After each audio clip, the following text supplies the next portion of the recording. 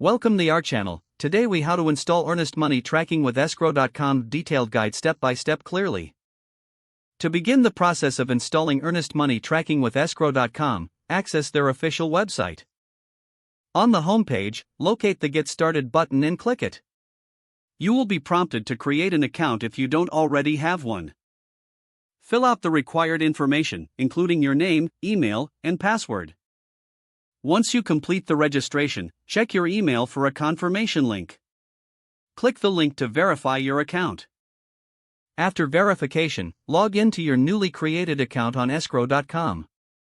From the dashboard, navigate to the new Escrow option. Select the purpose of your escrow transaction from the available options.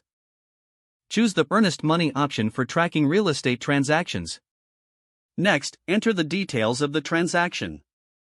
Input the buyer and seller's information, including names and contact details. Specify the agreed purchase price and the earnest money amount. Review your entries to ensure accuracy before proceeding. Select your preferred payment method for the earnest money deposit.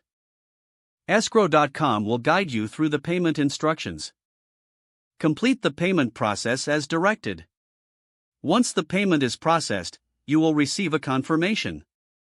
You can now track the status of the earnest money directly from your account dashboard. To monitor the transaction, click on the My Escrows tab. Here, you can view all your active transactions and their statuses. If necessary, communicate with the other parties through the messaging feature. For any further assistance, consult the help section or customer support. This process ensures your earnest money is securely tracked and managed. By following these steps, you can efficiently use Escrow.com for earnest money tracking. If the page does not load, refresh the browser or try again in a private or incognito window. Make sure you are using the correct email address, then retype it carefully to avoid small typos.